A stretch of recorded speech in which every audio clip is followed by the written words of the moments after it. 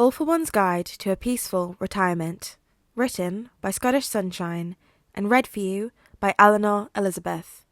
Chapter 29, Fire Extinguishers. Just fire extinguishers. Summary. The boys go on holiday together. What could go wrong? Izuku, aged 9. You know, Uncle Hisashi, you really don't have to come with us. You really expect me to leave Izuku in your care when you're going to see your girlfriend? Hisashi levels Tensei with an unimpressed look. He knows he should probably protest the ridiculous name, but, well, there are bigger issues at hand. Kurogiri is coming too. Kurogiri is getting the week off. He has chosen to spend that time with Mandalay and will be on standby in event of emergency. Tiger will be there. I've never met Tiger. I could ask Mike to come. How is that supposed to make me feel better? Tensei opens his mouth, but Hisashi is mercifully saved from any further idiocy by the ringing of the doorbell. Shoto's here! Izuku cheers as he runs out of the kitchen. He opens the door, and sure enough, Shoto hurries in. His hair is an interesting shade of purple, his beloved penguin clutched in his arms, closely followed by his eldest brother. Uncle Hisashi! Toya, polite as ever, immediately stops to bow. Thank you so much for inviting Shoto. It's fine, Hisashi smiles. He has always had a bit of a soft spot for the eldest of the Yukiyama siblings. Perhaps it's because he can relate. It is particularly heartwarming to see that he has clearly dyed his hair to match his beloved baby brother, and the teenager has earned this holiday. Ida, this is Toya Yukiyama, Shoto's brother. Toya, Tensei Ida, also known as Ingenium. Wonderful to meet you. Tensei grins and shakes Toya's hand. The teenager still looks uncertain, but then an aversion to heroes is probably to be expected, and however much Hisashi might dislike him, he knows Tensei will probably help the teenager relax during the trip. Tenya! Shoto beams proudly as his friend hurries into the room, carrying a stack of bento boxes. Remember my brother Toya? I wish I had a brother, Izuku mutters as he glances over at his two friends. You have a Kurogiri, Hisashi points out helpfully, and there's only one of those. Izuku perks up. Kurogiri, who has himself just emerged from the kitchen, levels Hisashi with an unimpressed look. Hisashi doesn't really pay him any attention, because Kurogiri can deal. Do we have everything? He asks instead. Yes, sir. Kurogiri nods. Yep, Tensei grins. Makia! Izuku calls. All right. Hisashi takes a deep breath as Makia lumbers into the room. He's about to spend a weekend surrounded by heroes, and he won't even be able to get drunk. This is going to be bad. Let's go. Tensei! Pixie Bob launches herself at her boyfriend the moment he stepped through the warp gate. I missed you so much! Gross, Shoto mutters as he ducks past the young couple. Hisashi agrees. He would also like it to be noted, for the record, that he was right. Good to see you again, Midoriya. Mandalay steps forward, a kind smile firmly on her face. Then she glances past him, and her smile gets even bigger. Hi, Izuku. It's wonderful to see you again. Hi, Mandalay. Izuku greets her with a beaming smile, and then immediately gestures to the, very obviously, uncomfortable Toya. This is Toya. He's my cousin. And of course, the big one is Gigantomachia, Midoriya's bodyguard, Kurogiri adds. Hello, Gigantomachia beams. A pleasure, Mandalay nods, not even the least bit taken aback by the giant. She gestures towards the two heroes standing by the building. My teammates, Tiger and Ragdoll, and you obviously know Pixie Bob. Yes, Hisashi nods, very pointedly not looking in the direction of the young couple. Papa, Papa! He feels a small hand tug on his sleeve and looks down at Izuku. Can me and Shoto and Tenya go play? Please? Please? Hisashi should probably suspect something, but it's not like Izuku hasn't met the Pussycats before, and it's been a while since he last spent time with Shoto, and what trouble could they get into in the middle of a forest? They probably just want to play heroes, again, so Hisashi smiles and nods. Izuku cheers and gives him a quick hug, and then turns to dash off into the trees. Hisashi watches him go, and calls out, Gigantomachia? Yes, Lord! Gigantomachia beams as he hurries after the three boys. Hisashi thinks nothing of it. He exchanges further pleasantries with the heroes, and then he and Toya carry the bags through to their rooms.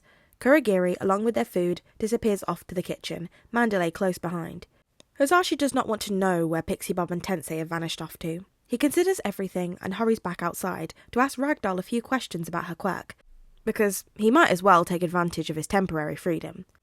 Toya initially looks rather lost, hovering next to them, obviously uninterested in the subject, but also unsure of what to do with himself. Tiger comes to the rescue, and soon the two of them are excitedly discussing martial arts. Hisashi pauses to consider his next question and glances over at the teenager, relieved to see him relaxing, and then something hard and fast barrels into him, sending him crashing to the ground. "What the hell?" he mumbles as he slowly rolls over. Toya and the two heroes are staring at him, wide-eyed, obviously unfamiliar with the chaos that comes part and parcel with Izuku. "Uncle Hisashi!" Tenya wails. "We didn't mean to!" "What?" Hisashi jerks upright, pain forgotten. As he looks out in the direction that Izuku went, he spots a worrying amount of smoke. "Toya, get an extinguisher!" Hisashi shouts, even as he takes off. As he barrels through the trees, calling on every speed quirk he's picked up, he can't decide what might have happened. Could the boys have been playing and Shoto got startled? Could Izuku have asked his friend to participate in an experiment? Could they have been attacked? He almost collapses out of sheer relief when he emerges into a clearing and spots Izuku and Shoto, both obviously hysterical. There are several trees lying uprooted in the centre of the clearing, as if some giant threw them there, and Gigantomachia is trying desperately to put them out. "Good work, Gigantomachia." "Shoto, freeze it!" Hisashi yells as he sprints towards the boys. "I can't!" Shoto wails. "Izuku has it!" Hisashi doesn't have to ask what it is. He grabs onto Izuku for a few seconds, and then he's taking off again, half hot, half cold, ready for action. It takes no time at all to encase the trees in a huge block of ice. And then, all of a sudden, the crisis is over. Hisashi is so exhausted as he turns back to the children. His legs are shaking, and he feels like he's about to collapse. But it's alright, because Izuku is safe. A hysterical, sobbing mess, but safe. "Come here." Hisashi sighs as he crouches down. Izuku is there almost immediately, clinging to him. Hisashi allows himself a few seconds to just breathe, and convince himself that Izuku is really safe, and then pulls Shoto in to join the embrace. That is how Tensei finds them when he comes crashing out of the woods, a fire extinguisher at the ready, a large number of leaves and branches sticking out of his hair, and several cuts on his face. He manages to stop before he barrels into Gigantomachia and looks around, obviously confused. "It's alright," Hisashi calls out. "We put it out." "Thank goodness," Tensei breathes and sways worryingly. "You guys hurt?" Hisashi gently extracts himself from the boys. Izuku's shirt is rather singed on the one side, and Shoto looks worryingly pale, but "They're fine." Hisashi manages a smile. "Gigantomachia?" "I'm sorry, Lord," the giant wails. "Don't be silly," Hisashi sighs. "Come on, any burns?" "I failed you." "Machia's hurt," Izuku realizes and bursts into tears again. The giant freezes. Hisashi barely resists the urge to smile as he watches the curious expressions on Gigantomachia's face, and instead turns to his son. "Oh, Izuku," he sighs. "Machia should have known better, though. Maybe he should just go sit in time out." Izuku hesitates for just a split second, and Hisashi almost laughs, because he's pretty sure Izuku knows what he's trying to do. Then Izuku shakes his head. "No, it was my fault, and Machia's hurt, and I don't want him to be hurt." Gigantomachia perks up. "Well, I don't know." "No!" Izuku actually stomps his foot. "You have to heal him, Papa, or I won't hug you anymore." Hisashi doesn't have the chance to respond, because suddenly Gigantomachia is right there, wide-eyed.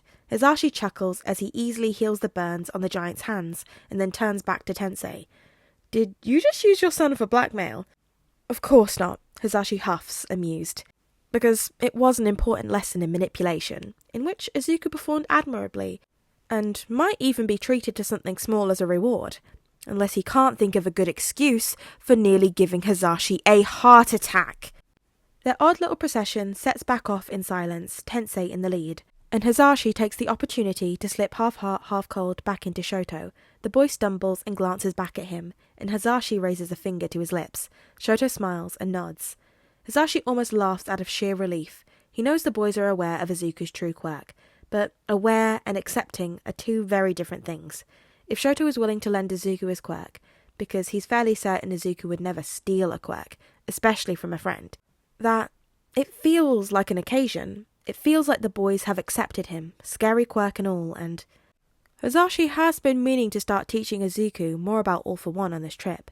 Perhaps Tenya and Shoto will be willing to help, if he gives them a few tips in return. Shoto! Toya sprints over to his brother the minute he sees him, and Hisashi laughs as he watches the teen fret. Kurogiri is comforting a sobbing Tenya, the pussycat's clearly on standby. Tensei immediately hurries back to his brother, shoving the extinguisher at Tiger as he passes. Hisashi takes the opportunity to pull Izuku back, Gigantomachia hovering nearby to make sure they are not interrupted. Izuku, what exactly happened?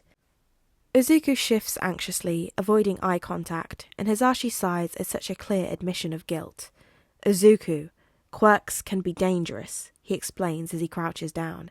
You could have been hurt. I'm sorry, Papa, Izuku sniffs. I just wanted to see how it works. I know, Izuku. Hisashi brushes his hand over Izuku's curls. But you're too young, all of you, to be using quirks without an adult, and you know Gigantomachia doesn't count. He considers his next words carefully and pulls Izuku into a hug. Izuku, I was so scared. What if something happened to you? What if Gigantomachia didn't react so quickly? What would I do without you? Izuku starts to cry again, even as he clings to his father, but at least he seems to have got the message. I'm not going to stop you boys from using your quirks this weekend, Hisashi states once Izuku has calmed down. But I want there to be at least 2 adults while you're practicing, and as a punishment, you're not allowed to use any of your quirks without me.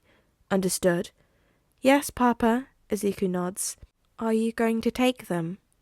Hisashi is tempted, because Izuku might not have even a fraction of all of Hisashi's quirks, but he has the one quirk that Hisashi wants more than anything, more even than one for all. But he's trying, so he smiles and presses a kiss to Izuku's forehead. No, Izuku. I trust you. Izuku beams. Chapter 30. Practice makes perfect. Summary. Hisashi has come up with a fun way for Izuku to practice using All for One. Izuku, age 7. Izuku is bored. It's rather surprising, since he's on a camping trip with his family, 2 best friends, and no less than 5 pro heroes. But it's the truth, because Tenya is running laps with Tensei, and Shoto and Toya are training in the clearing, under the watchful eye of Papa, Tiger, and Pixie Bob, with at least 3 fire extinguishers on hand. And since Izuku is the only member of their trio without an older brother, he's stuck inside, reviewing Quirk Analysis Volume 1 at the kitchen table, where Kurogiri can watch him, while Kurogiri and Mandalay are acting coupley. He normally likes Quirk Analysis Volume 1. He wasn't aware when they were working on it, but Papa has included lots of extra information that he didn't even think of, both about others and his own quirk. Today, though, it's kind of boring. He's just flipped the page to read about Black Whip, which Papa must have seen on the TV when he was younger. When Papa calls him, he immediately slams Quirk Analysis Volume 1 shut and bolts out of the kitchen. Can we practice now? He asks as he emerges from the building. He really wants to see just how far his quirk can reach. Oh yes, Papa grins as he ruffles his hair. In fact, I thought we could play a game. A game? Izuku hurries after his father. What sort of game? I call it Capture the Quirk, Papa states as he reaches the others. Tensei groans. Basically, it's like Capture the Flag, Papa explains without missing a beat. I'll be on one team and Izuku on the other. If you have your quirk taken, you're in jail. You can only move again when you get a quirk again. No, it does not have to be your original quirk. Izuku lowers his hand. Then another idea occurs to him. But then you and me'll never be out. We'll each have one quirk that, if taken, means we're in jail. You're still allowed to take and give quirks, but you can only move if you get the original quirk back, Papa explains. Then he grows serious. A few important rules. All quirks must be returned once the game is over. If I say the game is over, stop immediately. The only people allowed to have more than one quirk at once is me and Izuku. Understood? Yes, Izuku, Shoto, Tenya, and Toya chorus. This is so weird, Tensei laughs and shakes his head. But what's the big deal if we have more than one? 2 words. Brain damage. Tensei pales. Think of it this way, Papa explains. Your body isn't designed to handle the stress of more than one quirk. Mine is. You might manage a second quirk, since you're young and fit, but more will probably send you into shock. And Tenya and Shoto are still children. The strain could very well kill them. Everyone! Only one quack at a time! Ragdoll, Mandalay, and Kurogiri won't be playing, but agree to monitor them in case of emergency. Teams are decided by Papa, and Izuku, Shoto, Tensei, and Pixie Bob hurry off to their base to discuss strategy. Then Papa whistles, and the game begins. Izuku is bored. He lasted all of 3 minutes, then Papa stole away the glow-in-the-dark quirk he'd been given, and now Izuku's stuck in a clearing and able to help his team. And it's not like Izuku can get the quirk back. Papa has a firm hold of it, and on his own nominated quirk, and a few others that must be important. Trying to get any of them feels rather like Izuku's trying to wrestle with a mountain. Izuku flops onto his back. He can sense Papa easily with All for One, especially when he feels so different from everyone else. It's hard to explain, but Papa's kind of like if someone took all of Izuku and Tenya's Legos and made a big, ginormous block out of them. As Izuku ponders it, he senses Papa pick up another quirk. And then he has an idea. Papa doesn't take summon ever, just in case, so Izuku quickly uses it to get Tensei, Shoto, and Pixie Bob back. He quickly gives Shoto a healing quirk, and then tells him his plan. Pixie Bob's eyes widen, and Tensei grins and ruffles his hair. Papa is busy guarding a few specific quirks, so Izuku just grabs as many of the others that he can and yanks them away. It makes his head spin, so he lies down, but at least stage 1 is complete. He's keeping close watch on his team's quirks when he feels Tensei's quirk vanish off into the confusing mess that is Papa. He picks out a new one and shoves it to where he last remembered the hero. He spots a quirk that he doesn't recognise and takes it, getting a little lightheaded as he feels Shoto. Izuku! Izuku grunts, his head hurts, his chest aches, and his quirk feels painful.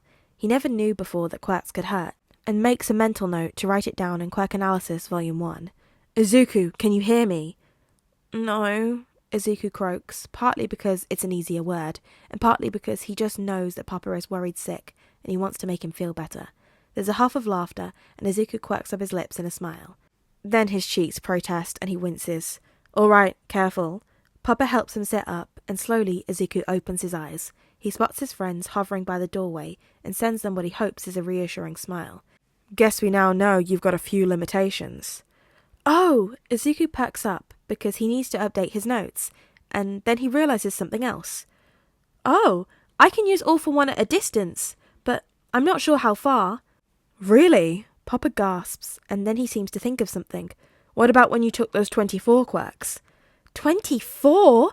Izuku gasps. He frowns and crosses his eyes as he pokes about, and realises they're all gone. Oh. We've got some time before dinner. Papa smiles. Do you think you could tell me about it? Yes! Should we call them? Kurogiri pauses to consider the question as he hands Toya the plate. Then he shakes his head. No, leave them. I'll warm something up later, when they're done. Toya does not look convinced, but Kurogiri just chuckles and shakes his head. The teenager will learn soon enough one of the key rules of this family. Never interrupt the Midoriyas when they're excited about quirks. Chapter 31. Kids can't do romance. Summary. The Yukiyama kids try their hand at matchmaking. Izuku, age 7. Shoto has a lot of people to love. He loves his mother, of course. She's strong and beautiful, and there's no sight better than her smile. Because, somehow, even though with each passing month it gets harder to remember, he knows it's a different smile than before. And when he lies in bed at night, he likes to imagine her smile when he becomes a pro hero and buys her a big fancy house with a huge garden. He hopes when he does, she'll never stop smiling.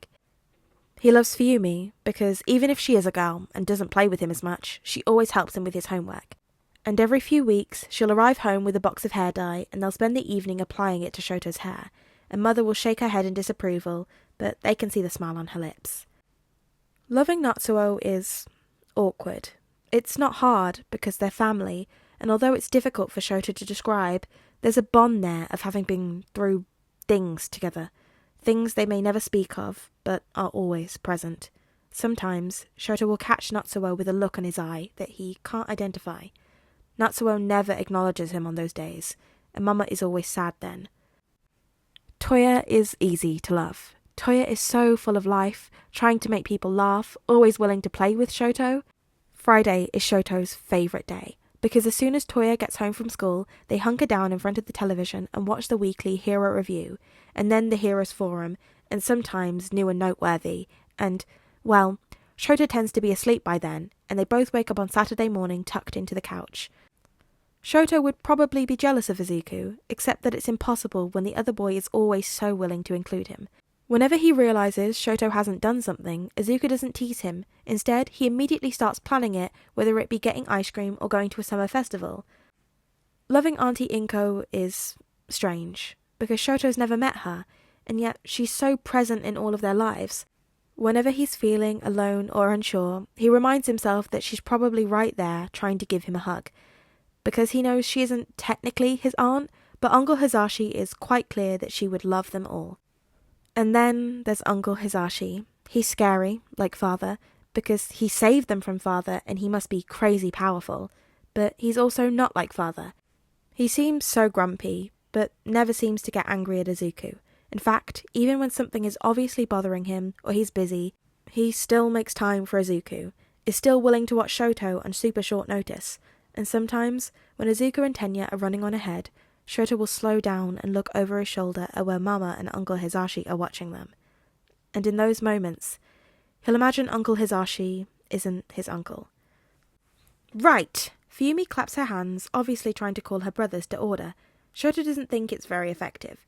Natsuo is busy picking his nose, and Toya, their designated babysitter for the evening, is engrossed in the video game he confiscated from Shoto, who promised to give it back to Izuku next week. Fuyumi sighs and slaps Natsuo over the back of the head. "Family meeting!" she barks. "Pay attention!" "It can't be a family meeting without Mum," Toya points out as he finally shuts the game off. "Well, we need to talk about Mum, so she can't be here." "Is something wrong with Mum?" Shoto asks, scared, and his siblings freeze as he sniffs. "Course not," Toya quickly reassures him with a grin. "Fuyumi's just being dramatic." "I am not!" Fuyumi huffs. Then, however, she looks over at Shoto and her gaze softens. "Mum's fine, Sho-chan. I promise." "Then why did you call us?" Natsuo speaks up. Fuyumi draws herself up to her full height, which would be more impressive if she wasn't a good 6 inches shorter than Toya. "Because we need to set up Mum with Uncle Hisashi." "What?" Natsuo exclaims. "Why?" "'Cause he's great. We like him. Mum likes him, and if the bastard ever finds us, he can have Kurogiri warp us to America." "That's not how his quirk works," Shoto feels the need to inform her. "He can only warp over a distance of something like 200 miles. "He can warp us to Fukushima," Toya corrects with a laugh. "But seriously, why?" "Don't you think Mum has a soft spot for him?" Fuyumi asks. "I mean, she always smiles when we meet up with them, and they always talk when we get together with the Midoriyas." "He does seem to like her," Toya admits with a frown. "He always remembers her birthday, and he sometimes has Kurogiri bring takeaway when she works late without her asking." "Then it's settled," Fuyumi declares, even though it's not. Shoto just hopes he'll get to be the ring bearer.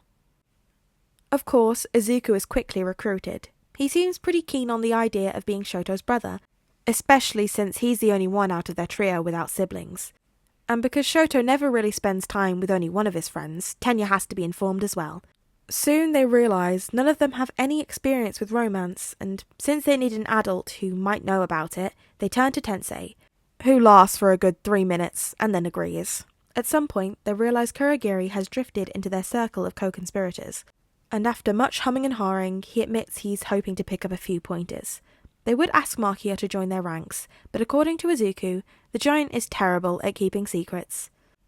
They decide a nice, candlelit dinner is the perfect first date.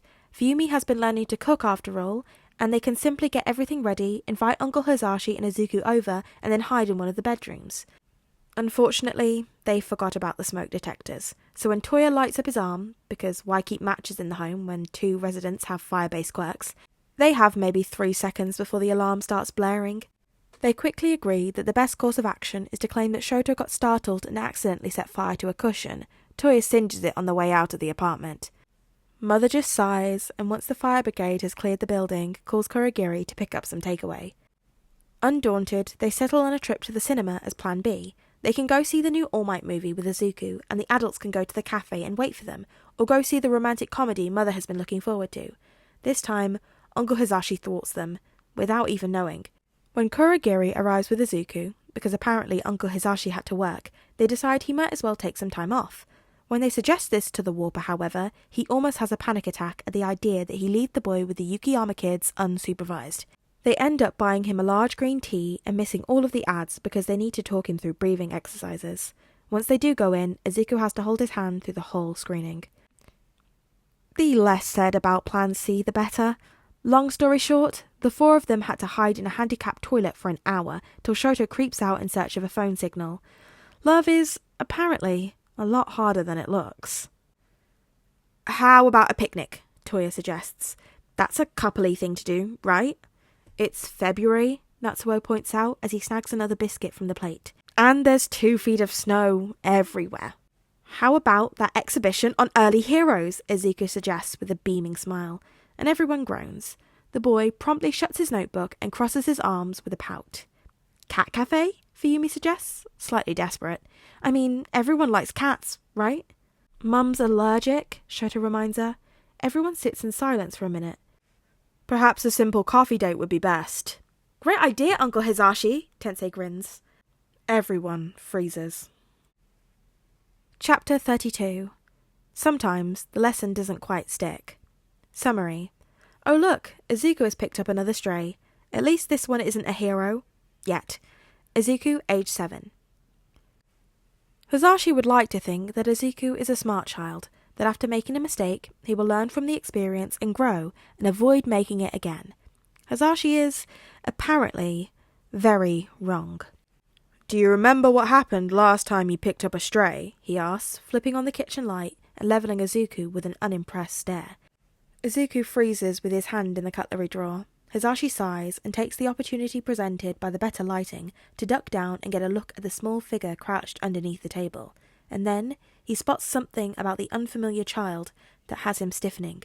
What is that? Izuku seems to catch on to the cold fury in his father's voice, and showing an exceptional situational awareness, a manipulation that deserves an extra helping of dessert, he answers honestly, with a frown in his saddest voice. A muzzle? Hizashi is a mature, responsible parent. He has perfect control of his primal urges, and any action he takes is always after careful consideration of said action's consequences on Izuku. Oh, fuck it! Inko would want him to kill the bastard responsible. Kurogiri, he screams. Kitchen, now! He turns back to the 2 boys and ducks down again, takes stock of the purple-haired child, and decides he can't be too careful. Gigantomachia! Battle stations! Is something wrong, sir? Kurogiri asks as he warps into the kitchen, dressed in his flannel pyjamas. There is a muzzle, Hizashi hisses in a tone that makes it quite clear that he takes it as a personal slight. On that child. Kurogiri takes stock of the situation and wordlessly begins to make them all coca. I am ready, lord! Makia bellows from the front door, and Hizashi pauses for a second. Then he decides that no, he is not overreacting. Reasonable force is truly a wonderful thing. Right. He turns his attention back to Izuku and realizes the other child is still hiding under the table. Is he going to stay there all night? He's scared. Izuku frowns and crosses his arms. Hizashi barely suppresses a sigh because this one is not going anywhere anytime soon. Well, if he comes out, I'll get that muzzle off him, Hizashi offers. And then he can have some cocoa. Izuku considers the offered terms. Promise you won't send him away. He won't leave this house until I am certain he's going somewhere safe, Hizashi assures his son, where he won't have to wear a muzzle. Izuku thinks about it for a minute, and then nods. All right, it's safe to come out. The child doesn't immediately move. When he does slowly climb up from his hiding spot, Hizashi winces. The bushy, unkempt purple hair and torn baggy clothes are almost excusable, but the large bruise on his face, the muzzle, and how he seems only seconds away from bolting from the room are huge red flags. Looks like Hizashi will be calling his lawyer.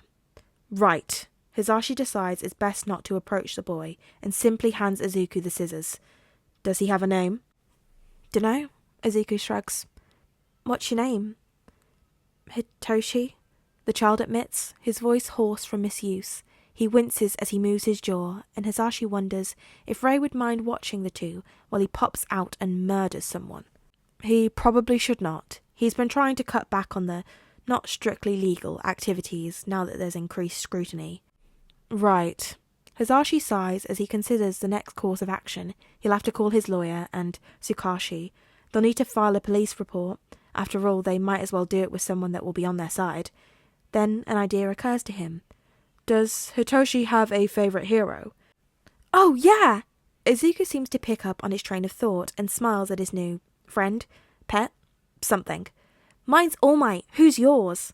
The boy hesitates, obviously uncertain. Hisashi can see him examining Izuku's face, probably searching for any sign of deception. But Hisashi knows his son and knows he's genuinely curious. And after a few seconds, Hitoshi speaks. Eraserhead? He admits so quietly, Hisashi can barely make it out. He's a really cool underground hero. Oh, I know Eraserhead, Hisashi smiles. I can do Eraserhead. Hi, Tensei! Izuku grins as he pokes his head round the back of the sofa.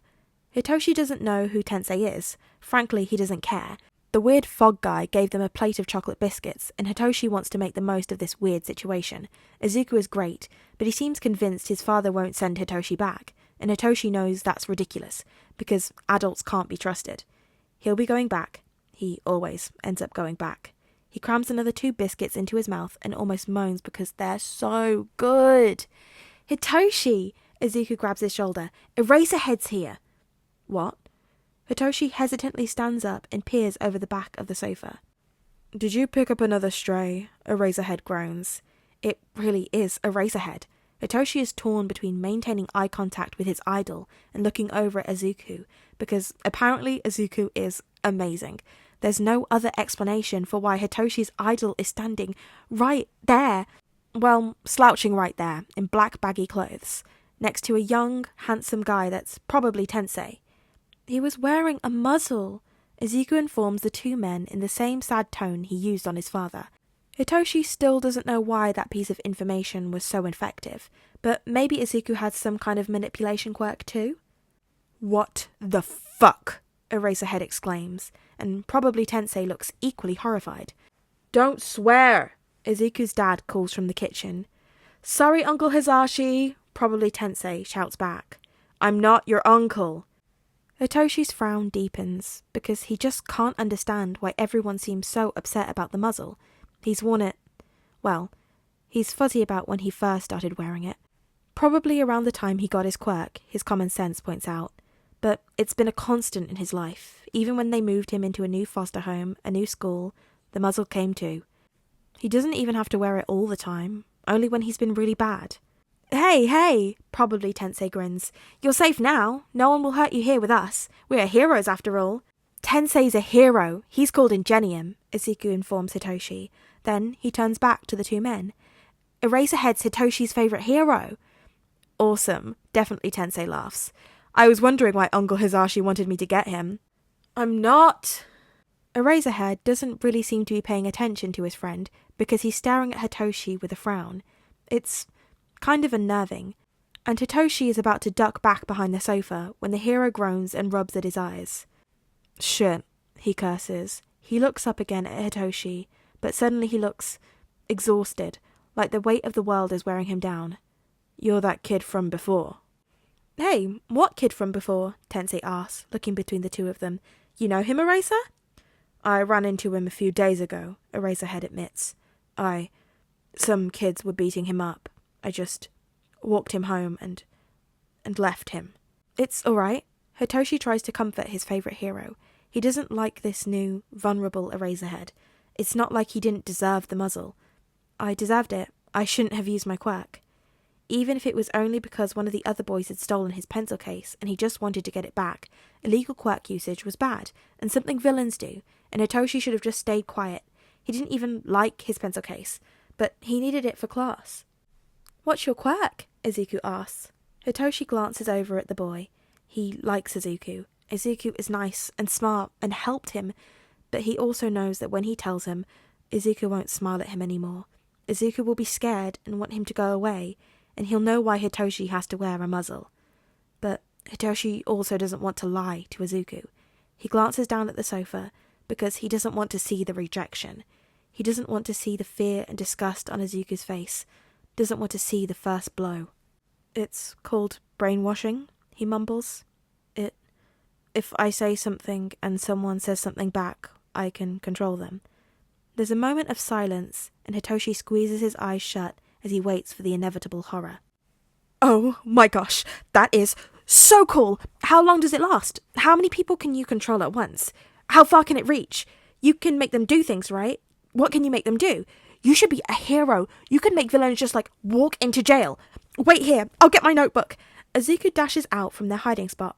Papa, Hitoshi has such an awesome quirk! Izuku likes quirks. Tensei laughs as Hitoshi's jaw drops. He stares at the other boy in amazement. But seriously, he has a point. A quirk like that could be really useful. Hitoshi glances up at the man, but he looks serious. Honest. He's right, kid. Eraserhead nods from where he's collapsed onto the sofa. Could do a lot of good with that quirk of yours. I want to be a hero, Hitoshi blurts out. He feels like he's about to start crying and rubs at his eyes angrily, because every time he's told people that, they laughed. They shook their heads and... Me too! Izuku runs back into the room, a wide grin on his face. We can be heroes together! Oh, my friends want to be heroes too! We could all work for the same agency! Hitoshi can't hold back the sob that bursts free. But he also can't stop smiling.